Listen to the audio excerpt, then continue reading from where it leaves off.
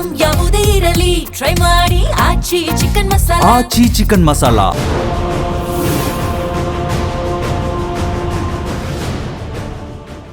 ನಮ್ಮೆಲ್ಲರಿಗೂ ದುಃಖ ಆಗಿದೆ, ಆದ್ರೆ ವಿಶ್ವಾಸ ಇದೆ ಬರುವಂತ ದಿನಗಳಲ್ಲಿ ನರೇಂದ್ರ ಮೋದಿ ಅವರ ನೇತೃತ್ವದಲ್ಲಿ ಮಹಿಳಾ ಮೀಸಲಾತಿ ಬಂದೇ ಬರುತ್ತೆ.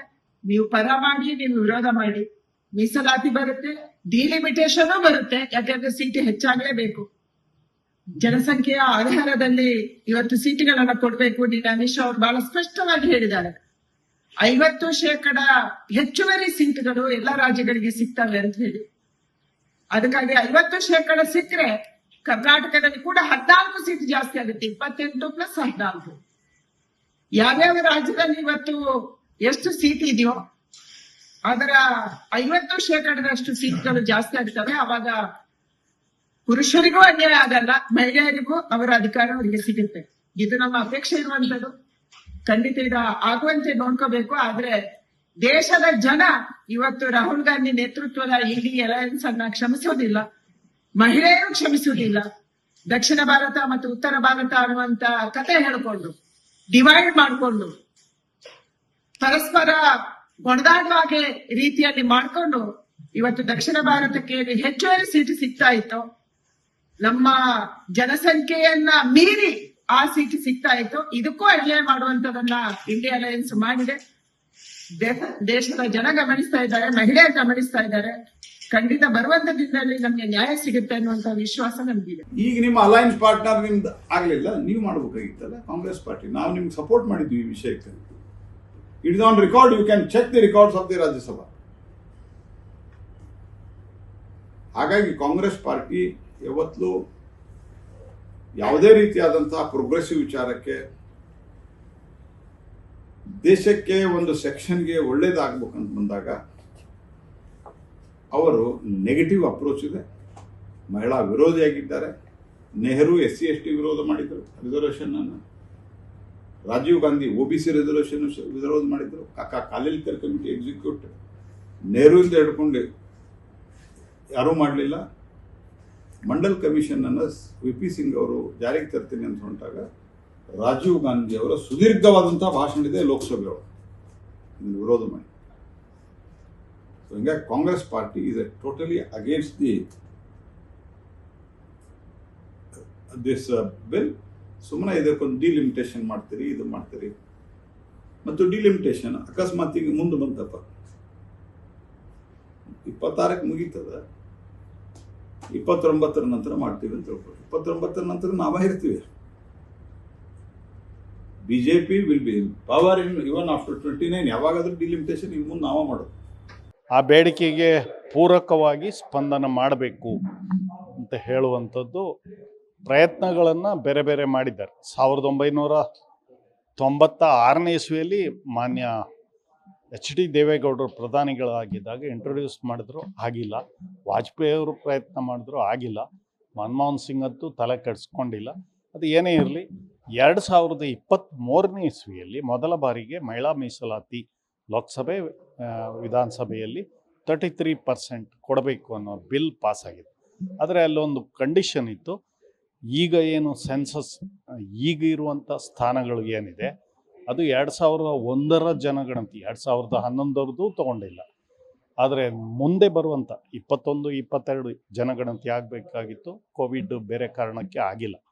ಅದರ ಆಧಾರದ ಮೇಲೆ ಮೀಸಲಾತಿ ಮಾಡಬೇಕು ಅನ್ನುವಂಥದ್ದು ಆ ಬಿಲ್ಲಲ್ಲಿತ್ತು. ಎಷ್ಟು ಸೀಟು ಅಂತ ನಿಶ್ಚಯ ಮಾಡುವಂಥದ್ದು ಸಂವಿಧಾನದ ಪ್ರಕಾರ. ಈಗಿರುವಂಥದ್ದು 542. ಹೆಚ್ಚು ಕಡಿಮೆ ಮಾಡಬೇಕಾದ್ರೆ ಸಂವಿಧಾನ ತಿದ್ದುಪಡಿ ಆಗಬೇಕು. ಮತ್ತು ಮೀಸಲಾತಿ SC/STಗೂ ಅದೇ ಪ್ರಪೋರ್ಷನೇಟ್ಲಿ ಬರಬೇಕು. ಅದು ಎಲ್ಲೋ ಆಗಬೇಕಾದ್ರೆ ಸಂವಿಧಾನಕ್ಕೆ ಒಂದು ತಿದ್ದುಪಡಿಯನ್ನು ಮಾಡಿದ್ರು.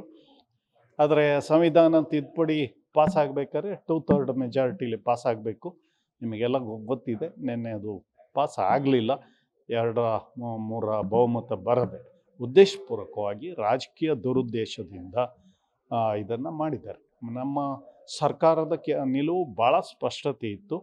ನಾವು ಜನಸಂಖ್ಯೆ ಆಧಾರ ಒಂದನ್ನೇ ಇಟ್ಕೊಳ್ಳಲ್ಲ, ದಕ್ಷಿಣ ರಾಜ್ಯಗಳಿಗೆ ಅನ್ಯಾಯ ಆಗ್ತದೆ ಅಂತ ಹೇಳುವಂಥ ಇದು ಅವರಲ್ಲಿ ಇತ್ತು. ಆದರೆ ಭಾಳ ಸ್ಪಷ್ಟವಾಗಿ ನಾವು 850 ಮಾಡ್ತೇವೆ.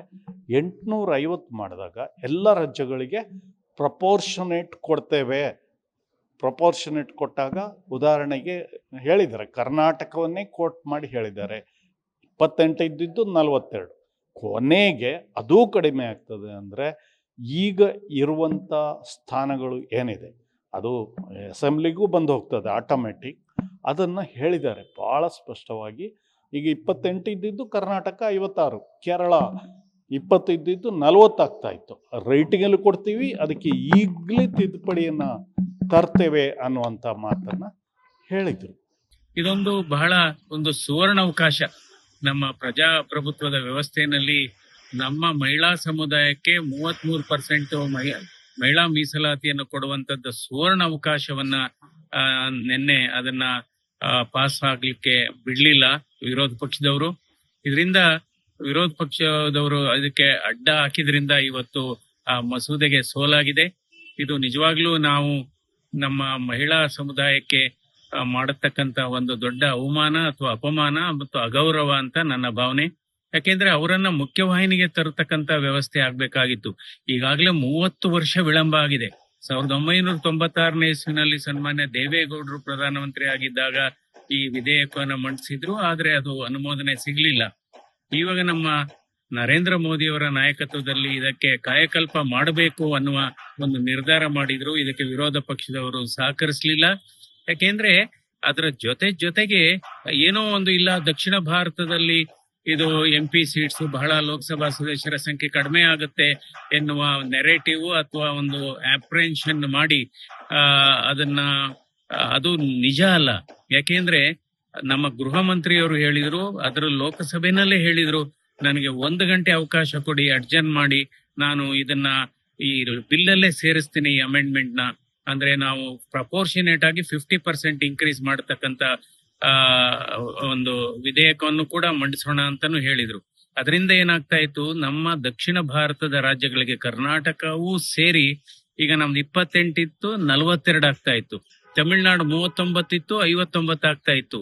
ಆದ್ರೆ ಎಲ್ಲೋ ಒಂದ್ ಕಡೆ ಇವಾಗ ಹೇಳ್ತಾರೆ, ಪ್ರಿಯಾಂಕಾ ಗಾಂಧಿ ಅವರು, ಸನ್ಮಾನ್ಯ ಪ್ರಿಯಾಂಕಾ ಗಾಂಧಿ ಅವರು ಹೇಳ್ತಾರೆ, ಇಲ್ಲ 2023ನೇ ನಲ್ಲಿ ಏನು ಪಾಸ್ ಆಗಿತ್ತು ಇದು ಈ ಮಸೂದೆ, ಅದನ್ನೇ ಕಾರ್ಯರೂಪಕ್ಕೆ ತನ್ನಿ ಅಂತ ಹೇಳ್ತಾರೆ.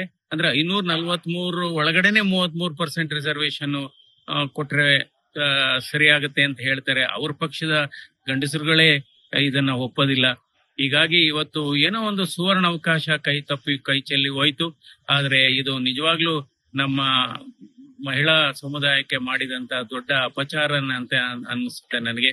ಯಾಕೆಂದ್ರೆ ಇದು ಎಲ್ಲರೂ ಕೂಡ ಒಂದಾಗಿ ಮಾಡತಕ್ಕಂತ ಒಂದು ವಿಧೇಯಕ.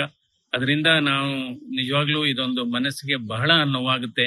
ಯಾಕೆಂದ್ರೆ ನಾವೆಲ್ಲ ಸುಮಾರು 528 ಜನ ನಿನ್ನೆ ನಾವು ಭಾಗಿಯಾಗಿದ್ವಿ ಇದರ ವಿರುದ್ಧ ನಿಜವಾಗ್ಲೂ ಮತ ಹಾಕಿದ್ದು ಸರಿ ಇಲ್ಲ ವಿರೋಧ ಪಕ್ಷದವ್ರಿಗೆ. ಮಹಿಳಾ ಮೀಸಲಾತಿ ಹೆಸರಿನಲ್ಲಿ ರಾಜಕಾರಣ ಮಾಡೋದಕ್ಕೆ ಹೊರಟಂತ ಪ್ರಧಾನಮಂತ್ರಿಗೆ ತಕ್ಕದಾದ ಉತ್ತರ ಸಿಕ್ಕಿದೆ. ನಮ್ಮ ರಾಷ್ಟ್ರದ ಒಟ್ಟು ರಾಜಕೀಯ ಸ್ಥಿತಿಗತಿಗಳನ್ನೇ ಬದಲಾಯಿಸಬೇಕು. ತಮಗೆ ಅನುಕೂಲ ಆಗುವ ಹಾಗೆ ಡಿಲಿಮಿಟೇಷನ್ಗಳನ್ನು ಮಾಡಿಕೊಳ್ಬೇಕು. ಆ ಡಿಲಿಮಿಟೇಷನ್ ಕಾನೂನು ಹಾಗೆ ಬಂದರೆ ಅದನ್ನು ಒಪ್ಪಲಿಕ್ಕಿಲ್ಲ ವಿರೋಧ ಪಕ್ಷದವರು ಅಂತೇಳಿ ಅದಕ್ಕೆ ಇದನ್ನ ಜಾಯಿಂಟ್ ಆಗಿ ತರುವಂಥ ಪ್ರಯತ್ನ ಮೋದಿಯವರು ಮಾಡೋದ್ರ ಮೂಲಕ ಒಂದು ತಮ್ಮ ಹೆಚ್ಚು ಬುದ್ಧಿವಂತಿಕೆಯಿಂದ ಜನರಿಗೆ ಪಾರ್ಲಿಮೆಂಟ್ಗೆ ಮೋಸ ಮಾಡುವಂಥ ಪ್ರಯತ್ನ ಮಾಡಿದರೆ, ಮಹಿಳೆಯರನ್ನ ಮುಂದಿಟ್ಕೊಂಡು ಈ ರಾಜಕಾರಣ ಮಾಡಬೇಕು ಅನ್ನುವಂಥ ಅವರ ದುರ್ಬುದ್ಧಿ ಏನಿದೆ ಅದರ ಬಗ್ಗೆ ಮಹಿಳೆಯರು ಸಹಜವಾಗಿ ತಮ್ಮ ತೀವ್ರ ಆಕ್ರೋಶವನ್ನು ಬರೋ ದಿವಸಗಳಲ್ಲಿ ವ್ಯಕ್ತ ಮಾಡ್ತಾರೆ. BJP-ಅವ್ರಿಗೆ ಮಾತ್ರ ಈ ಥರ ದುರ್ಬುದ್ಧಿ ಇರೋದು.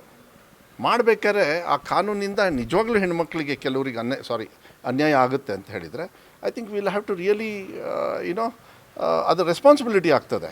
ಯಾರು ವಿರೋಧಿ ಅಂತ ಹೇಳಲ್ಲ, ಅವರು ಬಿಂಬಿಸೋಕ್ಕೆ ಏನು ಈಗ ಮಾಡ್ತಾರೆ, ಬೀದಿಯಲ್ಲಿ ಹೊಯ್ಕೊಳ್ತಾರೆ, ಅವೆಲ್ಲ ಏನಿಲ್ಲ. ಅದು ಈ ಗ್ಯಾಸ್ ಸಿಲಿಂಡರ್ ಆಗೋ ಟೈಮಲ್ಲೂ ಕೂಡ ಶೋಭಾ ಕಾರಂದ್ಲೆ ಅವರು ಇದೇ ಕೆಲಸ ಮಾಡಿದ್ದು. ಗ್ಯಾಸ್ ಸಿಲಿಂಡರ್ ಜಾಸ್ತಿ ಮಾಡಿಬಿಟ್ರು ಅಂತಲ್ಲ, 10 ರೂಪಾಯಿ 15 ರೂಪಾಯಿ ಮಾಡಿದ್ದಕ್ಕೇ ಆ ರೊಟ್ಟಿ ಗಿಟ್ಟಿ ಎಲ್ಲ ರೋಡಲ್ಲಿ ಬಂದು ಮಾಡೋಕ್ಕೆ ಹೋದ್ರು. ಈಗ ಹುಡ್ಕೊಂಡು ಬಂದರೂ ಸಿಗಲ್ಲ, ಯಾಕೆಂದರೆ ಗ್ಯಾಸ್ ಸಿಲಿಂಡರ್ ಸಿಗಲ್ಲ, ಅವರು ಸಿಗಲ್ಲ. ಕಾಂಗ್ರೆಸ್ಸು ಮತ್ತು ನಮ್ಮ ಪಕ್ಷ ಮಹಿಳಾ ಮೀಸಲಾತಿಗೆ ವಿರೋಧ ಇಲ್ಲ. ನಾವೇ ಇದನ್ನ ಡಾಕ್ಟರ್ ಮನಮೋಹನ್ ಸಿಂಗ್ ಇದ್ದಂಥ ಸಂದರ್ಭದಲ್ಲಿ ಈ ಮಹಿಳಾ ಮೀಸಲಾತಿಯನ್ನ ಪ್ರಥಮವಾಗಿ ಈ ದೇಶದಲ್ಲಿ ತೆಗೆದುಕೊಂಡಿದ್ದು ಬಂದಿದ್ದೆ ಕಾಂಗ್ರೆಸ್ ಪಕ್ಷ. ಅದರಿಂದ ನಾವು ವಿರೋಧ ಮಾಡುವ ಪ್ರಶ್ನೆ ಇಲ್ಲ. ಆದರೆ ಪ್ರಸ್ತುತ ಸರ್ಕಾರ, ಕೇಂದ್ರ ಸರ್ಕಾರ ಏನು ಯಾವ ಫಾರಂನಲ್ಲಿ ಅದನ್ನು ತಂದಿದೆ ಮತ್ತು ಜೊತೆಗೆ ಲೋಕಸಭೆಯ ಏನು ಸ್ಥಳಗಳಿದೆ, ಸೀಟ್ಗಳಿದೆ, ಸಂಖ್ಯೆ ಇದೆ, ಅದನ್ನು ಹೆಚ್ಚು ಮಾಡುವಂಥ ತೀರ್ಮಾನವನ್ನು ಕೂಡ ಈ ಒಂದು ಮಸೂದೆಯಲ್ಲಿ ಅಳವಡಿಸ್ಕೊಂಡು ತಂದಿದ್ದಾರೆ.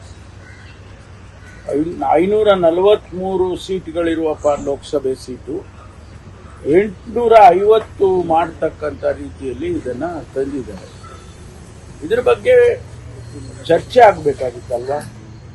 ವಿರೋಧ ಪಕ್ಷದವರನ್ನ ವಿಶ್ವಾಸಕ್ಕೆ ತೆಗೆದುಕೊಳ್ಬೇಕಾಗಿತ್ತು, ಚರ್ಚೆ ಮಾಡಬೇಕಾಗಿತ್ತು.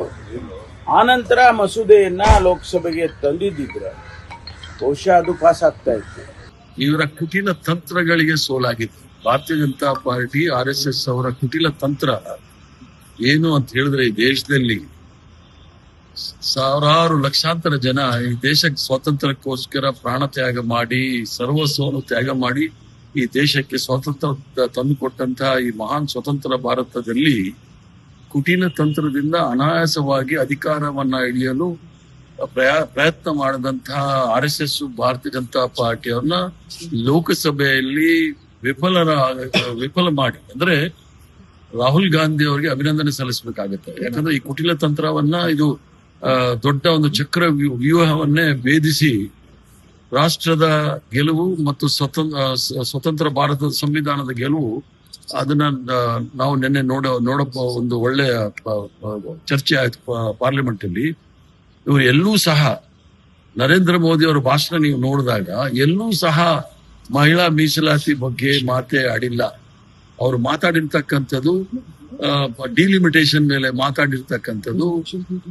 ಇದು ನೋಡಿದಾಗ ಇದು ಕುಟಿಲ ತಂತ್ರವೇ. ಆದ್ರಿಂದ ಈ RSS ಮತ್ತು ಭಾರತೀಯ ಜನತಾ ಪಾರ್ಟಿಯ ಈ ತಂತ್ರಗಳನ್ನ ಸೋಲಿಸಿದಕ್ಕೆ ನಿಜವಾಗ್ಲೂ ರಾಹುಲ್ ಗಾಂಧಿ ಅವರು ಅಭಿನಂದನಾರ್ಹರು. ಅದ್ರ ಜೊತೆಗೆ ಎಲ್ಲ ವಿರೋಧ ಪಕ್ಷದ ನಾಯಕರೆಲ್ಲ ಸಹ ಒಂದಾಗಿ ಸಂವಿಧಾನವನ್ನ, ಈ ರಾಷ್ಟ್ರವನ್ನು ಯಾವ ರೀತಿ ಕಾಪಾಡಬೇಕು ಅನ್ನೋದನ್ನ ತೋರಿಸ್ಕೊಟ್ಟಿದ್ದಾರೆ. ಇಡೀ ದೇಶಾದ್ಯಂತ ಚರ್ಚೆ ಆಗ್ತಾ ಇರ್ತಕ್ಕಂಥದ್ದು ಮಹಿಳಾ ಮೀಸಲಾತಿ ಬಗ್ಗೆ. ಮಹಿಳೆಯರೆಲ್ಲರೂ ಕೂಡ ಕಾದಕ್ಕೂ ನಮಗೊಂದು ಪ್ರಾತಿನಿಧ್ಯ ಸಿಗ್ತದೆ, ಪಾರ್ಲಿಮೆಂಟಿನ ಪ್ರವೇಶ ಮಾಡಬಹುದು, ವಿಧಾನಸಭೆ ಪ್ರವೇಶ ಮಾಡಬಹುದು. ಕೇವಲ ಜಿಲ್ಲಾ ಪಂಚಾಯತ್, ತಾಲೂಕ್ ಪಂಚಾಯತಿ ಮಾತ್ರ ಪ್ರವೇಶ ಸಿಕ್ಕಿತ್ತು ಅಂತೇಳಿ ಕರ್ನಾಟಕದಲ್ಲಿ ಸಮಾಧಾನ ಪಟ್ಕೊಳ್ಳುವಂತ ಸಂದರ್ಭದಲ್ಲಿ ಇವತ್ತೆಲ್ಲ ಒಂದು ಕಡೆ ಅವ್ರಿಗೆ ಪಾರ್ಲಿಮೆಂಟ್ ಅಂತಕ್ಕಂಥ ವಿಚಾರ ಇತ್ತು, ವಿಧಾನಸಭೆನದ್ದು. ಆದರೆ ಇವತ್ತು ಆಗಿರ್ತಕ್ಕಂಥದ್ದನ್ನ, ಇವತ್ತು ಲೆಜಿಸ್ಲೇಷನ್ ಅನ್ನ ಹ್ಯಾಂಡಲ್ ಮಾಡಿರ್ತಕ್ಕಂಥದ್ದನ್ನ, ಕಾನ್ಸ್ಟಿಟ್ಯೂಷನ್ ಅಮೆಂಡ್ಮೆಂಟ್ ಮಹಿಳೆಯರಿಗೂ ತಂದಂಥದ್ದನ್ನ ಬಿದ್ದೋಗಿರ್ತಕ್ಕಂಥದ್ದು. ಅದಕ್ಕೆ ಯಾರು ಕಾರಣ? ಮಹಿಳೆಯಲ್ಲಿ ಪರವಾಗಿ ತಂದಿರತಕ್ಕಂಥ ಕಾನೂನು ಬಿದ್ದೋಗೋದಕ್ಕೆ ಕಾರಣ ಅಂತಂದ್ರೆ ಇವರ ಬಹುಮತ ಇಲ್ಲ ಅಂತಕ್ಕಂಥದ್ದು ಗೊತ್ತಿತ್ತು. ಬಹುಮತ ಇಲ್ಲ ಅಂತಂದಾಗ ವಿರೋಧ ಪಕ್ಷದವರ ವಿಶ್ವಾಸ ತಗೋಬೇಕು ಅಂತಕ್ಕಂಥ ಬಗ್ಗೆನೂ ಯೋಚನೆ ಮಾಡದಲೆ ಪ್ರಧಾನಮಂತ್ರಿಗಳು ದೇಶಾದ್ಯಂತ ಪ್ರಚಾರವನ್ನು ಮಾಡಬೇಕಾದಾಗ ನಾನು ಮಹಿಳಾ ಮೀಸಲಾತಿಯನ್ನು ತರ್ತಾ ಇದ್ದೀನಿ, 546ರಿಂದ 816ಕ್ಕೆ ನಾನು ಸೀಟ್ ಮಾಡ್ತಾ ಇದ್ದೀನಿ ಅಂತಕ್ಕಂಥ ಮಾತನ್ನ ದೇಶಾದ್ಯಂತ ಪ್ರಚಾರ ಮಾಡಿದ್ರು. ಬಹುಶಃ ಯಾವ ಸಂದರ್ಭದಲ್ಲೂ ಕೂಡ ಪ್ರಧಾನ ಮಂತ್ರಿಗಳು ಈ ರೀತಿಯಾಗಿ ಒಂದು ಬಿಲ್ ಬಗ್ಗೆ ಮಾತಾಡ್ತಾರೆ. ನಮ್ಗೆಲ್ಲ ಒಂದು ಅನ್ಸುತ್ತೆ, ಪ್ರಧಾನ ಮಂತ್ರಿಗಳು ಇಷ್ಟು ಓಪನ್ ಆಗಿ ಮಾತಾಡ್ಬೇಕಾದ ದೇಶಾದ್ಯಂತ, ಇದು ಸ್ಪೆಷಲ್ ಸೆಷನ್ ಕರೆದಿರ್ಬೇಕಾದಾಗ ಏನೋ ಪಾಸ್ ಆಗ್ತದೆ ಅಂತಕ್ಕಂಥ ಒಂದು ವಿಶ್ವಾಸ ಇತ್ತು. ಆದ್ರೆ ನಡೆದ ರೀತಿಯನ್ನ ನೋಡಿದಾಗ ಎಲ್ಲೋ ಒಂದು ಕಡೆಗೆ ನೈತಿಕವಾದಂತ ಬಿಲ್ ಬಿದ್ದು ಹೋಗೋದಕ್ಕೆ ನೈತಿಕವಾದಂತ ಜವಾಬ್ದಾರಿಕೆ ಅದು ಕೇಂದ್ರ ಸರ್ಕಾರ ಹೊರಬೇಕಾಗ್ತದೆ. ಮತ್ತು ಅದನ್ನ ಮುಖ್ಯಸ್ಥರಾಗಿರ್ತಕ್ಕಂಥವ್ರು ಅದನ್ನು ಜವಾಬ್ದಾರಿ ಹೊರಬೇಕಾಗ್ತದೆ. ಇದು ಕೇವಲ ಮಹಿಳೆಯರಿಗೆ ಸಹಾಯ ಮಾಡೋದಲ್ಲ, ಮಹಿಳೆಯರಿಗೆ ಅವಮಾನ ಮಾಡತಕ್ಕಂಥ ಕೆಲಸವನ್ನ ಮಾಡಿರ್ತಕ್ಕಂಥದ್ದನ್ನ ಇವತ್ತು ಈ ಯಾವ ರೀತಿನಲ್ಲಿ ಕಾನೂನು ತಂದ್ರು, ಯಾವ ರೀತಿ ಬಿದ್ದೋಯ್ತು ಅಂತಕ್ಕಂಥ ಈ ನಾಟಕ ಇದೆಯಲ್ಲ, ಆ 3 ದಿವಸ ನಾಟಕವನ್ನ ನೋಡಿದಾಗ ಅರ್ಥ ಆಗ್ತದೆ. ಒಂದು ಸೋಲಾಗಿರೋದ್ರಿಂದ ಇದನ್ನ ನಾವು ಸಂಭ್ರಮ ಅಂತ ಆಚರಣೆ ಮಾಡ್ತಾ ಇದೀವಿ. ಇದು ನಿಜವಾಗ್ಲೂ ಕೂಡ ನಮ್ಮ ಹೋರಾಟ ಇದ್ದಿದ್ದು ಮಹಿಳಾ ಮೀಸಲಾತಿಗಲ್ಲ. ಮಹಿಳಾ ಮೀಸಲಾತಿ ಎನ್ನುವಂತ ಒಂದು ವಿಚಾರವನ್ನ ಮುಂದಿಟ್ಟುಕೊಂಡು ಅವರು ಅದರ ಹಿಂದೆ ಎಣೆದಂತ ಒಂದು ತಂತ್ರಗಾರಿಕೆ ಏನಿದೆ, ಕುತಂತ್ರವಾದ ಏನಿದೆ, ಅದನ್ನ ನಾವು ಸೋಲಿಸಿದ್ದೀವಿ ಎನ್ನುವಂತ ಒಂದು ಹೆಮ್ಮೆ ಇದೆ. ಒಂದು ಎದೆಗಾರಿಕೆಯನ್ನ ತೋರಿಸಿದಂತ ನಮ್ಮ ಎಲ್ಲ ಕಾಂಗ್ರೆಸ್ ಪಕ್ಷದ ಸಂಸದರಿಗೆ ಮತ್ತು ಇಂಡಿಯಾ ಒಕ್ಕೂಟದ ಎಲ್ಲ ಸಂಸದರಿಗೂ ಕೂಡ ನಾನು ಒಂದು ಅಭಿನಂದನೆಯನ್ನ ಸಲ್ಲಿಸ್ತೇನೆ. ಇದು ನಿಜಕ್ಕೂ ಕೂಡ ಮಹಿಳೆಯರಿಗೆ ಒಂದು ಗೆಲುವು ಅಂತ ನಾನು ಭಾವಿಸ್ತಾ ಇದ್ದೀನಿ. ಉದ್ದೇಶವಿಷ್ಟೇ, ಇವರು ಏನು ಮಹಿಳಾ ಮೀಸಲಾತಿ ಎನ್ನುವ ಹೆಸರಿನಲ್ಲಿ ಏನು ಗಡಿಯನ್ನ ಅಂದ್ರೆ ವಿಧಾನಸಭಾ ಕ್ಷೇತ್ರಗಳನ್ನ ಹೆಚ್ಚು ಮಾಡಬೇಕು ಅನ್ನುವಂತ ಉದ್ದೇಶ ಇತ್ತು. ಇದು 2011ರ ಜನಗಣತಿಯ ಆಧಾರದ ಮೇಲೆ ಮಾಡೋದಕ್ಕೆ ಹೊರಟಿದ್ರಿಂದ ಅದರ ವಿರುದ್ಧವಾಗಿ ಅಷ್ಟೇ ನಮ್ಮ ಹೋರಾಟ ಇತ್ತು. ಖಂಡಿತ ಮಹಿಳಾ ಮೀಸಲಾತಿ ವಿರುದ್ಧ ಅಲ್ಲ. ಯಾಕೆಂದ್ರೆ ಮಹಿಳಾ ಮೀಸಲಾತಿ ಎನ್ನುವಂತ ವಿಧೇಯಕವನ್ನ 2023ರಲ್ಲೇ ಅಂಗೀಕಾರ ಮಾಡಲಾಗಿದೆ. ಇದು ನಮ್ಮ ಕಾಂಗ್ರೆಸ್ ಪಕ್ಷದ ಅಂದಿನ ಮೈತ್ರಿಕೂಟದಿಂದಲೂ ಕೂಡ 2009ರಿಂದಲೂ ಕೂಡ ಇದು ಏನು ಮಹಿಳಾ ಮೀಸಲಾತಿ ಕಾಯ್ದೆಯನ್ನ ಜಾರಿಗೆ ತಂದು ಅದರಂತೆ ಅದು ಕೂಡ ಪ್ರತಿ ಒಂದು ಹಂತದಲ್ಲೂ ಕೂಡ ಬೆಳವಣಿಗೆ ಕಾಣ್ತಾ ಬರ್ತಾ ಇದೆ. ಆದ್ರೆ ನಮ್ಮ ವಿರುದ್ಧ ಮಹಿಳಾ ಮೀಸಲಾತಿ ವಿರುದ್ಧ ಅಲ್ಲ. ನಾವೆಲ್ಲರೂ ಕೂಡ ಒಕ್ಕರ್ಲಿಂದ ಅಭಿನಂದಿಸ್ತಾ ಇದ್ದೀವಿ. ಕೇಂದ್ರ ಬಿಜೆಪಿ ಸರ್ಕಾರ ಏನು ಅವೈಜ್ಞಾನಿಕವಾದ ಮಸೂದೆಯನ್ನ ಮಂಡಿಸಿತ್ತು ಲೋಕಸಭೆಯಲ್ಲಿ, ಅದನ್ನ ನಮ್ಮವರು ಒಗ್ಗಟ್ಟಿನಿಂದ ಅದನ್ನ ಫೇಲ್ ಮಾಡಿದ್ದಾರೆ. ಅದಕ್ಕೆ ನಮ್ಮೆಲ್ಲರ ಅಭಿನಂದನೆ ಇದೆ. ಇವತ್ತು ನಮ್ಮ ದೇಶದಲ್ಲಿ ಪ್ರಜಾಪ್ರಭುತ್ವ ಉಳಿಸ್ತಕ್ಕಂಥ ಪ್ರಕ್ರಿಯೆಯಲ್ಲಿ ನಮ್ಮ ಕಾಂಗ್ರೆಸ್ ಪಕ್ಷ ಮುಂದಾಗಿದೆ. ಮಲ್ಲಿಕಾರ್ಜುನ್ ಖರ್ಗೆ ಅವರ ನೇತೃತ್ವದಲ್ಲಿ, ರಾಹುಲ್ ಗಾಂಧಿ ಅವರ ನಾಯಕತ್ವದಲ್ಲಿ ನಿನ್ನೆ ನಡೆದಂಥ ಲೋಕಸಭಾ ಅಧಿವೇಶನದಲ್ಲಿ ಈ ಬಿಲ್ಲನ್ನ, ಈ ಅವೈಜ್ಞಾನಿಕ ಬಿಲ್ನ ತಿರಸ್ಕರಿಸಿದನ್ನ ನಾವೆಲ್ಲರೂ ಕೂಡ ಮಂಡ್ಯ ಜಿಲ್ಲಾ ಕಾಂಗ್ರೆಸ್ ವತಿಯಿಂದ ಅಭಿನಂದಿಸ್ತೀವಿ. ಮುಂದಿನ ದಿನಗಳಲ್ಲಿ ಇದು ಇನ್ನೂ ಹೆಮ್ಮರವಾಗಿ ಬೆಳೀಲಿ. ಇವರ ಪ್ರಜಾಪ್ರಭುತ್ವ ವಿರೋಧಿ ಸರ್ಕಾರ, ಬಿಜೆಪಿ ಸರ್ಕಾರ ಆದಷ್ಟು ಬೇಗ ಕೊನೆಗಾಣಬೇಕು ಅಂತ ನಾವು ಆಶಿಸ್ತೀವಿ. ಸರ್ಕಾರ ಯಾವುದೇ ಒಂದು ನಿಯಮನ, ಕಾನೂನ, ಬಿಲ್ನ, ವಿಧೇಯಕನ ಬಂದು ಮಂಡನೆ ಮಾಡಬೇಕಾದಂಥ ಸಂದರ್ಭದಲ್ಲಿ ತನ್ನ ಹತ್ರ ಅಂಕಿಯ ಸಂಖ್ಯೆ ಬಲ ಇದೆ ಅಂತೇಳಿ ಪರಿಶೀಲನೆ ಮಾಡಬೇಕು. ಇವತ್ತು 2023ನೇ ಸಾಲಿನಲ್ಲಿ ಮಹಿಳೆ ಮೀಸಲಾತಿನ ನಾವು ಮಂಡನೆ ಮಾಡಿದಂಥ ಸಂದರ್ಭದಲ್ಲಿ ಸರ್ವ ಪಕ್ಷಗಳು ಕೂಡ ಒಪ್ಕೊಂಡು ಮಹಿಳೆಯರಿಗೆ ನಾವು ಅವಕಾಶ ಮಾಡಿಕೊಡ್ಬೇಕು. 33%ಗೆ ನಾವು ಯಾರು ಕೂಡ ವಿರೋಧ ಇಲ್ಲ ಅಂತೇಳಿ ಆ ಬಿಲ್ನ ನಾವು ಪಾಸ್ ಮಾಡಿಕೊಟ್ವಿ. ಇವಾಗ ನಿಮಗೆ ಜಾರಿನೇ ಮಾಡಬೇಕು ಅನ್ನೋ ಬದ್ಧತೆ ಇದ್ದಿದ್ರೆ ನೀವು ಬರೀ ಮಹಿಳಾ ಮೀಸಲಾತಿನ ನೀವು ತರಬಹುದಾಗಿತ್ತು. ಇವತ್ತು ನಿಮಗೆ ಮಹಿಳಾ ಮೀಸಲಾತಿ ತರಂತ ಬದ್ಧತೆ ನಿಮ್ಗಿಲ್ಲ.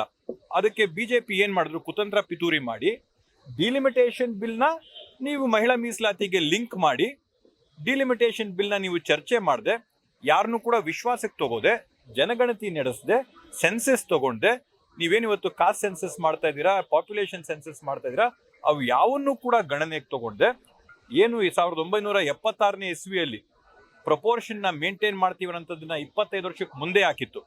ಅಟಲ್ ಬಿಹಾರಿ ವಾಜಪೇಯಿ ಅವರು 2001ನೇ ಇಸ್ವಿಯಲ್ಲಿ ಏನು ಮುಂದಕ್ಕೆ ಹಾಕಿದ್ರು, ಇವತ್ತು ಅದೇ ರೀತಿಯಲ್ಲಿ ನೀವು ಮುಂದಕ್ಕೆ ಹಾಕ್ಬೋದಿತ್ತು. ಬಟ್ ಆ ಥರದ್ದು ಯಾವುದೇ ಒಂದು ಬದಲಾವಣೆನ ತರದೆ ದಕ್ಷಿಣ ಭಾಗದಲ್ಲಿರ್ತಕ್ಕಂಥ ರಾಜ್ಯಗಳಿಗೆ ಅಥವಾ ಯಾರು ಕೂಡ ಇದೊಂದು ಜನಸಂಖ್ಯೆ ನಿಯಂತ್ರಣ ಮಾಡ್ಕೊಳ್ಳೋಕ್ಕೋಸ್ಕರ ಕ್ರಮಗಳು ತಗೊಂಡಂಥ ರಾಜ್ಯಗಳಿಗೆ ಒಂದು ಬರೆ ಹಾಕೋ ರೀತಿಯಲ್ಲಿ ಇವತ್ತು ಏನು ಇವರು ಕಾನೂನನ್ನ ರಚನೆ ಮಾಡಕ್ಕೆ ಹೊರಟಿದ್ರು, ಅದರ ತದ್ವಿರುದ್ಧವಾಗಿ ಎಲ್ಲರೂ ಕೂಡ ನಿಂತಿದ್ದಾರೆ. ಮೂಲತವಾಗಿ ಬಿಜೆಪಿಯವರ ಮನುವಾದದ ಮನಸ್ಥಿತಿಯಲ್ಲಿ ಮಹಿಳೆಯರಿಗೆ ಅವಕಾಶ ಕಲ್ಪಿಸ್ಕೊಡೋಂಥದ್ದು ಅವ್ರ ತತ್ವ ಸಿದ್ಧಾಂತ ಇಲ್ಲ.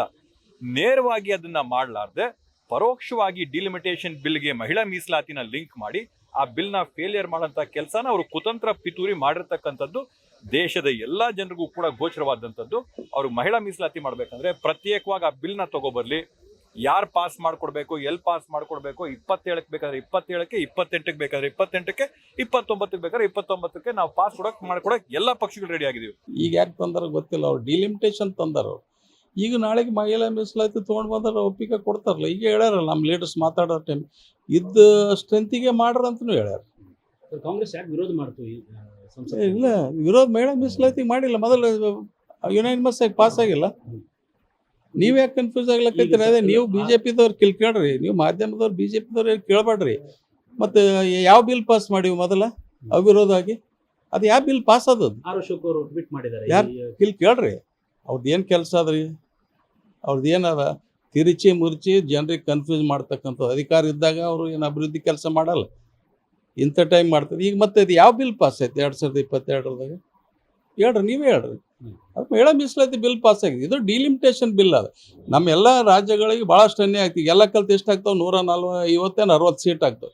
UP-ದಾಗ ಒಂದೇ 150 ಸೀಟ್ ಮಾಡ್ಯಾರ. ಏನು ಡಿಲಿಮಿಟೇಷನ್ಗೆ ವಿರೋಧ ಮಾಡಿರೋದು. ನಾಳೆಗೆ ತೊಗೊಂಡು ಬಂತ ಹೇಳ್ರಿ ಮಹಿಳಾ ಮೀಸಲಾತಿ ಬಿಲ್. ಈಗ ಇದ್ದದಕ್ಕೆ ಎಕ್ಸಿಸ್ಟಿಂಗ್ ಮಾಡ್ಲಿಕ್ಕೇನು ತೊಂದರೆ ಇಲ್ಲಲ್ಲ. ಈಗ ಎಕ್ಸಿಸ್ಟಿಂಗ್ ಸ್ಟ್ರೆಂತಿಗೆ ಮಹಿಳಾ ಮೀಸಲಾತಿ ತರ್ಲಿಕ್ಕೆ ಏನು ಪ್ರಾವಿಷನ್, ಏನು ಯಾರು ಅಡ್ಡ ಬರ್ತಾರೆ? ಆಲ್ರೆಡಿ ಪಾಸ್ ಆಗಿ ಹೋಗ್ಯದ ಅದು. ಇವರು ಡಿಲಿಮಿಟೇಷನ್ ಸಲಾಗಿ ಅದು ತತ್ತು ಹಾಕ್ಯಾರ. ಸರ್, ಹಾಗಾದ್ರೆ ರಾಜ್ಯದ ಜನರು ದಿಕ್ಕು ತಪ್ಪಿಸ್ತಾ ಇದೆ ಬಿಜೆಪಿ ಅಂತ? ಪ್ರಶ್ನೆನೇ ಇಲ್ರಿ. ಮಹಿಳಾ ಮೀಸಲಾತಿ ಬಿಲ್ ಮಂಜೂರಾದ್ಮೇಲೆ ಮತ್ತೆ ತರ್ತಕ್ಕಂಥ ಅವಶ್ಯಕತೆ ಏನದ ಅದಕ್ಕೆ ಗೊತ್ತಾಗಲ್ಲ ನಮ್ಗೆ. ನೀವು ಕೇಳ್ಬೇಕು ಅವ್ರಿಗೆ, ಮಹಿಳಾ ಬಿಲ್ ಮೀಸಲಾತಿ ಬಿಲ್ ಮಂಜೂರಾಗ್ಯದ, ಅವಿರೋಧವಾಗಿ ಆಗ್ಯದಲ್ರಿ. 400 ಎಷ್ಟೋ ಸದಸ್ಯರು ಪ್ರೆಸೆಂಟ್ ಇದ್ದವ್ರು ಎಲ್ಲ ಕೂಡ ಅದಕ್ಕೆ ಸಪೋರ್ಟ್ ಮಾಡ್ಯಾರ. ತರ್ಲಕ್ಕೆ ಏನದು, ಏನು ಪ್ರಾಬ್ಲಮ್ ಏನದು? ಏನಿಲ್ಲ. ಇವ್ರು ಡಿಲಿಮಿಟೇಷನ್ ಸಲ ನಾವೆಲ್ಲರೂ ಕೂಡ ವಿರೋಧ ಮಾಡಿದ್ದವ್ರು. ಈ ದಕ್ಷಿಣ ಭಾರತದಾಗಲಿ ವಿರೋಧ ಪಕ್ಷ, ಎಲ್ಲ ವಿರೋಧ ಪಕ್ಷದವರು ನಾವು ವಿರೋಧ ಮಾಡಿದ್ವಿ. ಈ ಕರ್ನಾಟಕದಾಗ ಎಷ್ಟಾಗ್ಲಕ್ಕಿದ್ದಾವ? 40 ಇದ್ದು, ಇದು 28 ಇದ್ದು 47, 80 ಇದ್ದು 150 ಆಗ್ಲಕ್ಕೈತವೆ UP-ದಾಗ. ನಮ್ಮ ಸೌತ್ ಇಂಡಿಯಾದ ಎಲ್ಲ ಕಲ್ತ್ರು ಬರೀ UP-ದೇ ಸಾಕು 159 ಸೀಟ್ ಆಗ್ಲಕ್ಕೈತೆ. 33% ಮಹಿಳಾ ಮೀಸಲಾತಿ ಇದು ಒಂದು ದಶಕಗಳ ಕನಸು. ಈ ಕನಸನ್ನು ನೆನಸು ಮಾಡಬೇಕಂತಂದ್ರೆ ನಮ್ಮ ಮೋದಿಜಿಯವರ ಸಾಕಷ್ಟು ಪ್ರಯತ್ನಗಳನ್ನು ಕಳೆದ 10-11 ವರ್ಷಗಳಲ್ಲಿ ಮಾಡಿದಾರ. ಆ ಮಾಡಿದ ಪ್ರಯತ್ನಕ್ಕೆ ಅವರು 3 ದಿನದ ಸ್ಪೆಷಲ್ ಅಧಿವೇಶನವನ್ನು ಕೂಡ ಇಟ್ಟಿದ್ರು.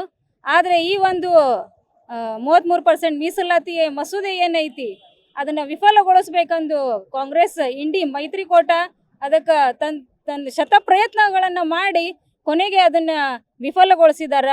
ಯಾಕಂತಂದ್ರೆ ಈ ಕಾಂಗ್ರೆಸ್ ಮೈತ್ರಿಕೂಟಕ್ಕೆ ಮಹಿಳೆಯರು ಅಡುಗೆ ಮನೆಯಲ್ಲಷ್ಟೇ ಸೀಮಿತವಾಗಿರ್ಬೇಕು ಅನ್ನೋಂಥ ಅವ್ರ ಆಸೆ, ಅವ್ರ ಮನಸ್ಥಿತಿ, ಅವ್ರ ದುರಾಸೆ.